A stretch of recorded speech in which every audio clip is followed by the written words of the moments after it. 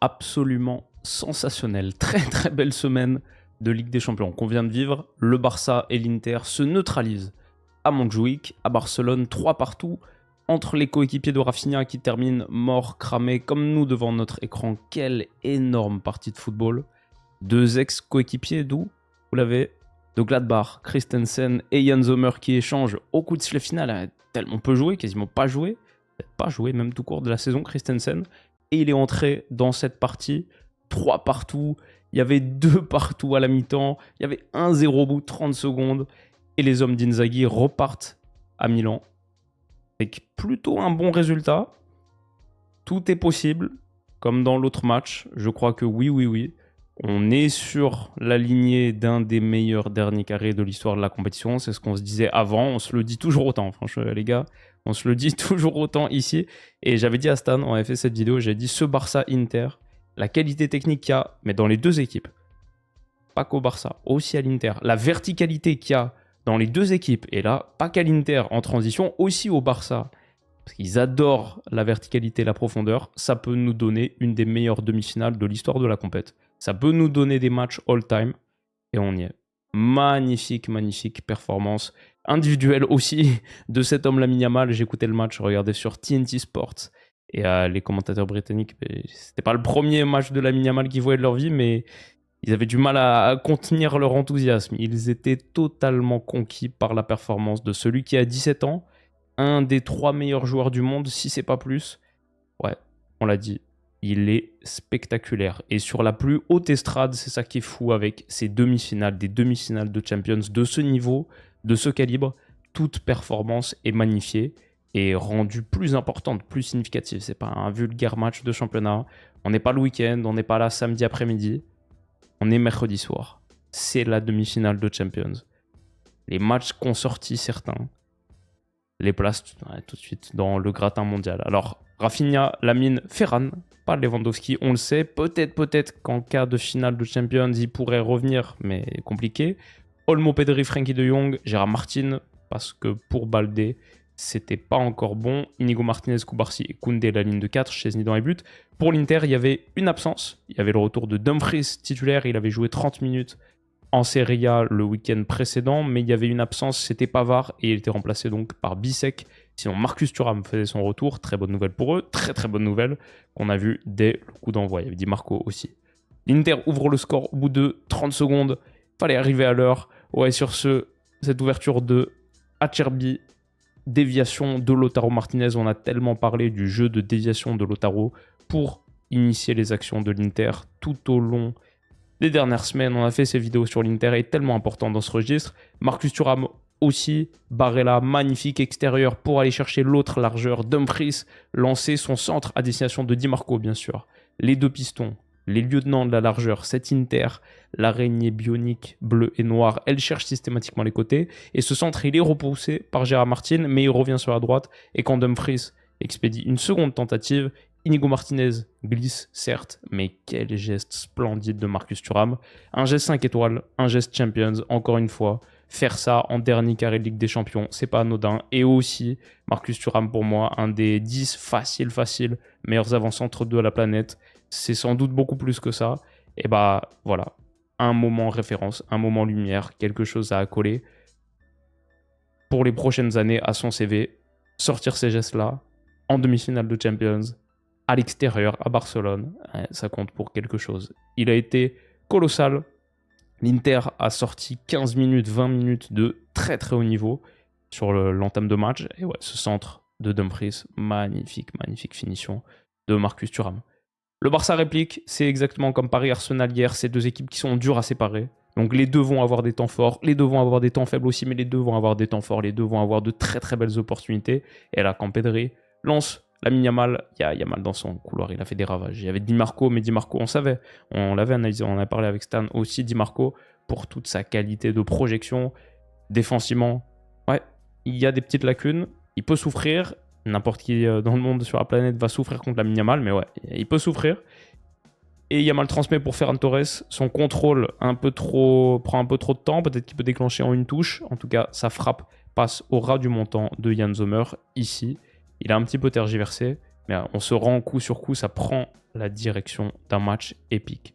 L'Inter, comme on a dit, c'est très très bien utilisé la largeur, avec ballon, leur capacité à déplier leurs points, cette araignée qui flaire les poches d'espace, qui les pulvérise. Di Marco, petit ballon, la déviation magnifique. De Barella, elle est un peu trop longue. Koubarsi essaye de la mettre à Pedri. Ça passe à lui, un peu trop longue. Touche, tout de suite, ce que j'adore. Regardez, ici, Bastoni qui ramasse le ballon. Inzaghi et Flick ont compris. Ouais, il n'y a pas de hors-jeu sur les touches et il part même pas hors-jeu. Di Marco, il est lancé dans la profondeur. Inigo Martinez revient, corner. Toutes les séquences sont jouées optimisées. Tous les coups sont joués à fond. Et ce corner gagné, c'est le but du 2-0. Di Marco, autre côté. Acerbi qui s'élève au-dessus de son vis-à-vis. Et Dumfries qui reprend un ciseau acrobatique dans les 6 mètres. On a déjà eu de top buts en 20 minutes. L'Inter, gros coup de froid à Barcelone. Est-ce qu'ils vont vraiment le faire? Mais quel geste splendide. Et il avait pris le dessus sur Gérard Martin à Acerbi. On sait la qualité de l'Inter sur les coups de pied arrêtés. Ils en marqueront 2 dans ce match. Sur corner, ils en ont marqué tout au long de la saison en 2025. Les chiffres sont absurdes. Je crois qu'il y a 12 coups de pied arrêtés marqués par l'Inter. 2 de plus, du coup. Et ouais, Inzaghi, qui est un petit peu débordé par rapport à sa zone technique, parce qu'il est du côté de chez Flick. Incroyable cette image. 2-0 pour l'Inter au bout de 20 minutes de jeu. Le truc qui a été fort avec le Barça dans ce match, on parlait dans la preview quand on discutait avec Stan. Ce Barça a eu quelques grosses rencontres, de magnifiques victoires. Pour une équipe de cette qualité, ils avaient peut-être jamais été autant testés que ici. Contre le Real Madrid, je ne vais pas dire que ça a été facile, ils ont dû puiser dans leurs ressources, c'est le Real quand même. Mais ça n'a jamais été aussi difficile contre le Real que là, ça l'a été contre l'Inter. Contre l'Atlético Madrid, il y a eu des moments compliqués. Ok, ils s'en étaient relativement bien acquittés. Mais là, contre l'Inter, c'était le calibre maximal qu'ils avaient rencontré cette saison. Ils ont tout de suite répliqué et pas trop douté du coup. Et ce qui est incroyable, c'est que quand tu as un Lamine Yamal pour te sortir de ces situations, ce qui rappelle un petit peu l'Espagne en demi-finale d'Euro contre la France, but très rapide. Est-ce qu'un moment de doute peut s'installer? C'est pas mal d'avoir un gars qui peut te sortir un éclair de génie, une lumière. Il est ici, il est en train de perdre son duel avec Marcus Thuram, il résiste, il se retourne, envoie Mkhitaryan dans la mauvaise direction, rentre encore et déclenche ici, angle fermé avec son pied gauche, ouvre le pied gauche pour aller lécher le montant de Yann Sommer. Quel but extraordinaire de Lamine Yamal. Et ouais, juste quelqu'un qui réussit à transformer ça en un but tout seul. Grosso modo, c'est tout seul. Il y a quelques déplacements autour, mais grosso modo, c'est tout seul. Bah ouais, je veux dire, ça c'est un cheat code. Ça c'est un cheat code. Et en demi-finale de Champions, ça aide d'avoir des cheat codes. Quand on faisait la hiérarchie des équipes, les 4 de ce top 4, avec Stan aussi la dernière fois, ouais, un truc que je mettais en avant, c'est le Barça a des gars qui peuvent allumer la lumière à tout moment. Ils ont un supplément de qualité individuelle par rapport à toutes les autres équipes du plateau, mais surtout par rapport à l'Inter, qui est collectivement très bien doté. Le plan de jeu est si mature, le projet est si riche. Il n'y a personne. On n'a jamais sous-estimé l'Inter ici de toute la saison, certainement pas sur les derniers mois. On leur a fait 4 vidéos. On connaît la qualité de l'Inter. Ils n'ont pas pour autant la qualité individuelle qu'a le Barça, avec Lamine Yamal notamment, qui est capable de gestes comme ça, de moments de soliste extraordinaires. Ouais, quel génie. Un génie à 17 ans. Absolument dingue. Et le Barça donc revient à 2-1, s'empêche de trop douter. Pedri Yamal, c'est toujours une connexion qui marche bien. Il a continué de faire des ravages sur son côté. Il était régulièrement 1 contre 2 avec Mkhitaryan qui venait aider Di Marco, mais ouais, il fait quand même méga mal. Et il y avait toujours cette idée pour le Barça, fixer un côté, grosse densité côté ballon, côté gauche, pour ensuite aller chercher le renversement en 2 passes vers Yamal. Et 1 contre 2, mais avec pas mal de petites poches d'espace, des récepteurs potentiels au second poteau. Ses dribbles chaloupés avec Di Marco, il lui a fait vivre un sale soir. Il rentre ici, feinte de centre, pied droit, l'envoie en dehors du stade quasi et déclenche. Barre transversale. S'il met celui-là quelques minutes après le but du 2-1, s'il fait ça coup sur coup, 2-1, 2-2, mais enfin, je veux dire, déjà, on va parler pendant Yamal d'une semaine, peut-être jusqu'à la fin de saison, mais je veux dire, ça aurait été un moment d'anthologie absolue de l'histoire de cette compétition et l'histoire de ce sport. 2 buts comme ça en 10 minutes. On aurait été sur quelque chose de fou. Et ça s'est pas joué à grand-chose parce que ça tape l'intérieur, le dessous de la barre transversale, mais c'est aussi dévié par Yann Sommer. Et ça, Clément Turpin, qui a pas fait un grand match, l'a pas vu. Ça aurait dû faire un corner supplémentaire pour le Barça. C'est pas grave. Ils égaliseront tout de même. Yamal continue de faire des dégâts sur son couloir. Incroyable, incroyable. Son centre est repoussé. Pedri au contre-pressing, ballon gagné.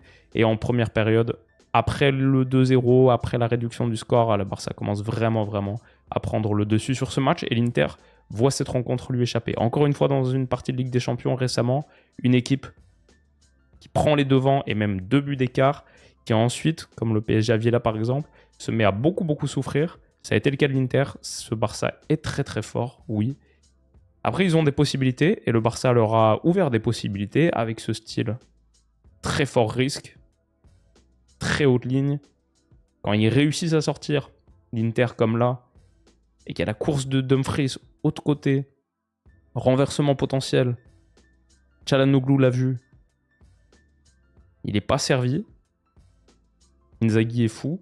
Il y avait des possibilités pour l'Inter quand ils dépliaient leur transition. Autre côté, jeu de renversement, un petit peu de profondeur. Il y avait vraiment des possibilités, mais ce qui est fort, ce qui est beau, cette possibilité n'est pas trouvée. Pression de Lamine Yamal. Et ballon gagné dans les pieds de Bastoni. Ouais, c'est ça le foot en 2025. Un offensif superstar de 17 ans qui fait les efforts, qui vient tacler dans les pieds de Bastoni. Yamal qui tacle sur Bastoni. Ça, c'est la Ligue des Champions 2025. Ça, c'est le top 4. C'est du très très haut niveau. Et ouais, magnifique. Ballon gagné, c'est très dangereux derrière. Ferran Torres, sa frappe est contrée par le retour d'Acerbi. Derrière Yamal, Olmo, Arrête Zomer qui a fait un bon match. Et ouais, c'est ici que le Barça revient de partout. À la base, ça ressemble à un jeu de possession un peu stérile, vrai U. Défense extrêmement pyramidale de l'Inter. Ok, 5 lignes de 5 derrière, 5-3-2. Mais quand tu as un joueur de la qualité de Pedri à la distribution, un joueur de la qualité de Rafinha à la proposition, son appel et les appels de Rafinha, grande profondeur, on sait, mais petite profondeur aussi. Il est très très fin, très malin. Dans le dos de Bissek, qui régulièrement se fait avoir sur des ballons comme ça. C'est pas la première fois. Magnifique, magnifique ballon de Pedri. Pouah, splendide. Et derrière Ferran Torres aussi, qui a bien suivi. Qui mange Acerbi. Et Acerbi qui se fait dévorer sur le coup. Très très belle remise de Rafinha. Acerbi doit jamais perdre ce duel avec Ferran Torres. Il est trop loin. Il égalise à 2 partout en battant Zomer qui peut rien faire. C'est le Barça qui revient. C'est pas la première fois aussi que l'Inter se fait avoir sur quelque chose comme ça. Cette protection basse, ils peuvent souffrir un petit peu là-dessus. Ça avait déjà été le cas, genre cette situation ici. Bissek, Acerbi un petit peu vulnérable. Ça m'a rappelé un peu ce qu'on avait vu contre le Bayern à l'Allianz Arena, le match aller, où ce centre, c'était quoi, Konrad Laimer pour Thomas Müller qui avait égalisé un partout. Pareil, Bissek, Acerbi, Pavard, Bastoni avaient été un petit peu surpris par ces ballons fuyants comme ça, très latéraux. Ouais, l'Inter aussi a des vulnérabilités. Tout le monde a des vulnérabilités quand tu joues le Barça. C'est demi-finale de Ligue des Champions, il n'y a pas d'équipe parfaite, mais il y a aussi 2 équipes qui ont de très très gros points forts. Mon regret, ça a été de ne pas voir assez Koundé, pas voir assez Lautaro Martinez, parce qu'ils doivent sortir Lautaro Martinez à la mi-temps, remplacé par Taremi, et Koundé juste avant, remplacé par Eric Garcia, et après il y a un changement à mi-temps Martin, remplacé par Araujo. La ligne de 4 qui bouge, avec Inigo Martinez qui passe à gauche, comme ça avait été le cas très bien contre le Real Madrid. Mais ouais, 2 très très très très bons joueurs. Koundé, superstar du Classico, Lautaro Martinez. Avant ça, je crois qu'il était sur 5 matchs consécutifs de Ligue des Champions avec un but, record de l'histoire de l'Inter, qui est juste un joueur lunaire, incroyable en ce moment. Très déçu de ne pas les avoir vus plus. Mais Taremi a fait une bonne entrée et l'Inter a continué de faire mal sur cette largeur profondeur face à la ligne très très haute du Barça. Ils ont fait mal et pendant un moment, je trouve le Barça a souffert. On connaît la qualité de l'Inter pour trouver les petits poches d'espace, même avec Bastoni côté gauche ou Bissek à droite, le central, qui fait l'appel supplémentaire, l'appel de proposition pour aller faire mal. Ouais, son centre, très dangereux. Di Marco, autre côté, de largeur à largeur, sa reprise pied droit passe un petit peu au-dessus. On voit Bissek encore une fois qui est en train de se proposer, mais c'est Dumfries qui est servi par ce ballon un peu au-dessus de Barella. Il a fallu régulièrement que Szczęsny sorte de sa boîte. Il a plutôt pas mal fait, même s'il n'a pas fait un grand match Szczęsny. Plutôt pas mal fait ça. L'Inter menaçait très très souvent dans le dos de cette ligne. Et leur qualité en projection, très verticale, on sait. Est-ce que c'est même Acerbi qui se retrouve ici, dans cette position? Ouais, c'est pas surprenant. Ils vont chercher l'espace où il est. Il n'y a pas vraiment de position fixe, c'est très très spatial. Et c'est Marcus Thuram ici, côté, servi par Acerbi, qui donne à Dumfries sa proposition axiale couloir, demi-espace droit comme ça. Et ce ballon, très dangereux, très dangereux. L'araignée bionique bleu et noir, toujours capable de flairer un espace et de s'y infiltrer. Inter, très très très dangereux. Et c'est assez logiquement que sur cette action qui amène un corner, ils reprennent l'avance, l'écart. Un but d'écart, 3-2. Dumfries, encore un but sur corner. Encore un but sur corner concédé par le Barça et un marqué par l'Inter, ça fait 3-2. Et ouais, sur coup de pied arrêté, on avait dit aussi avec Stan, Arsenal c'est pas mal, mais l'Inter c'est la meilleure équipe du monde. La meilleure équipe du monde sur corner, la meilleure équipe du monde sur coup de pied arrêté. Et ils l'ont encore prouvé, je pense. Dani Olmo ici peut mieux faire. C'est lui qui est battu à la fin. Dumfries au-dessus de lui, il a un petit peu perdu au marquage à la base, par un petit bloc posé par un copain de Dumfries. Mais ouais, Inzaghi peut triompher, célébrer. Son équipe est très très forte dans ce registre. Mais encore une fois, ils n'ont pas trop douté parce qu'ils ont vite répliqué le Barça. Rafinha, Ferran, Dumfries, il réussit pas trop son intervention pour le coup. Comme une sorte de vengeance. Olmo, lui fautif. Dumfries, lui le héros. Les rôles s'inversent un petit peu et c'est le corner de Dani Olmo. Yamal qui laisse passer. Pouf. Ouais, ça c'était assez dingue aussi. Ça comptera comme un but contre son camp de Jan Sommer parce que c'est son dos qui dévie le ballon dans le but. Après qu'il ait fracassé la barre transversale. Mais quelle frappe du sniper Rafinha. On sait qu'il a cette qualité. Superbe frappe extérieure de surface. Il en a cadré une autre très très dangereuse aussi à la fin. Ouais, le Barça a ça. Et c'est deux équipes qui, vraiment comme Arsenal-Paris, se rendent coup pour coup avec deux très gros Arsenal de qualité. Ils peuvent faire beaucoup de choses. Ils l'ont fait. L'Inter, pareil, aussi. Ouais, c'est ça qui rend ce match aussi bon. Alors, peut-être couvre un peu trop le hors-jeu ici. C'est le péril de cette ligne haute. Mais comme Mkhitaryan envoie Thuram dans la profondeur, il faut un énorme retour de Koubarsi. Quel tacle, quelle intervention pour empêcher une action dangereuse. Et sinon, comme ce qu'on a analysé tellement de fois avec l'Inter, le jeu un petit peu médian de Sommer pour une déviation. Ici, c'est Taremi qui prend le dessus. Parfait. Fratesi, Acerbi, Bisek et Dumfries envoyés dans la profondeur. Son centre, encore une fois, de largeur à largeur, autre côté, pour Mkhitaryan, qui bat Szczęsny. Pas ouf. Ça fait 4-3. L'Inter gagne ce match 4-3 s'il n'y a pas, allez, 3 pointures en trop, un petit peu plus, une moitié de pied en trop pour Mkhitaryan. Dur, l'Inter peut sortir avec une victoire 4-3 de ce match à Barcelone. Le Barça aussi a eu de grosses occasions. Yamal a tapé 2 fois la barre en plus de son poteau entrant. Et ils ont réussi des projections comme ça. Pedri, Fermin, Yamal, la roulette de Zidane, derrière l'exter, coupé par Bisek, heureusement. Et sur la transition, il percute, bat la première ligne.